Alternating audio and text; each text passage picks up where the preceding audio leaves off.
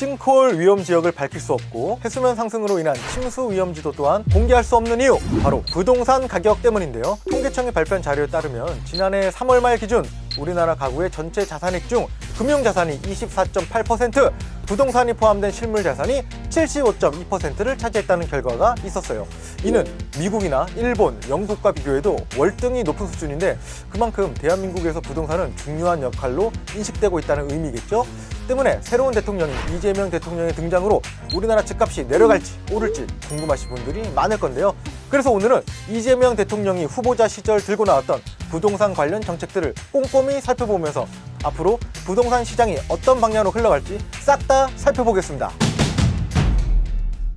이재명 대통령은 대선 후보 시절 부동산 규제보다는 재건축과 재개발을 완화하고 유휴부지 개발 등을 통해 주택 공급 확대에 초점을 맞춰왔는데요. 수요를 막지 않고 공급을 늘려서 집값을 유지하는 방향으로 가겠다는 입장이죠. 때문에 부동산 정책의 최종 목표는 집값 하향 평준화 또는 상향 평준화도 아닌 안정이라고 밝히기도 했어요. 기본적인 방향을 이제는 세금으로 집값만 잡는 일을 하지 그렇군요. 않겠다. 그리고 공급을 늘려서 수요 공급을 맞추자. 집값은 하향 평준화든 상향이든이 아니고 원래는 안정이 목적이라 됩니다. 일부 부동산 전문가는 이러한 방향에 대해 긍정적으로 바라봤는데요. 정보현 수석연구원은 한국경제와의 인터뷰에서 그간 부동산 시장이 각종 규제로 인해 시장 왜곡을 초래했다며 이재명 대통령의 이러한 발언은 시장에 심리적 안정감을 줄 수 있는 긍정적인 신호라고 이야기하기도 했습니다. 하지만 이재명 대통령은 선거 기간 동안 부동산 공약을 전면에 내세우진 않았는데요. 부동산 공급 정책에 대한 일부 언급은 더불어민주당이 공개한 375페이지 분량의 공약집 중 단 4줄에 불과했을 뿐이죠. 심지어 중앙선관위에 공개된 10대 공약에서는 부동산과 관련된 명확한 언급조차 없었어요. 반면 지난 20대 대선에서 이재명 대통령은 후보자 시절 311만 가구 주택 공급 공약을 제시하기도 했었거든요. 근데 이번 대선에서는 이런 숫자가 싹 사라진 거예요.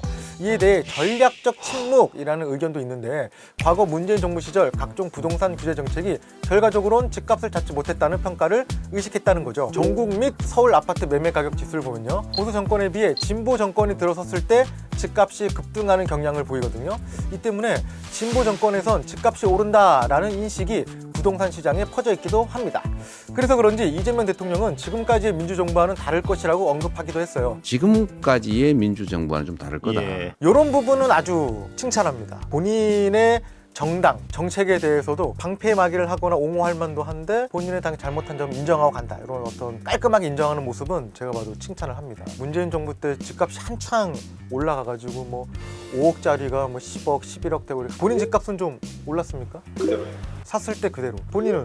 자가가 없습니다. 이런 분들은 집값이 이제 안정화되는 게 맞다. 모두가 다 반길 건 아닌 것 같은데 잘 조율을 해서 모든 국민들이 다 어느 정도는 만족할 만한 부동산 정책을 내주시기를. 아무튼 이러한 시선에도 불구하고 시장과 전문가들은 이재명 대통령의 부동산 정책에 대해 대체적으로 아쉽다는 평가인데요. 구체적인 물량과 방법론이 나오지 않은 상황에서 시장 안정을 위해 집권 초기에 빠르게 세부 계획을 내놓아야 한다고 입을 모으고 있어요. 그러니까 주택 공급 확대는 좋은데 대체 어느 곳에 얼마나 지을 건데 라는 거죠.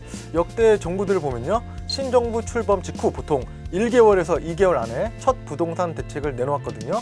그래서 아마 이번 이재명 정부도 빠르게 대책을 발표하지 않을까 싶긴 합니다.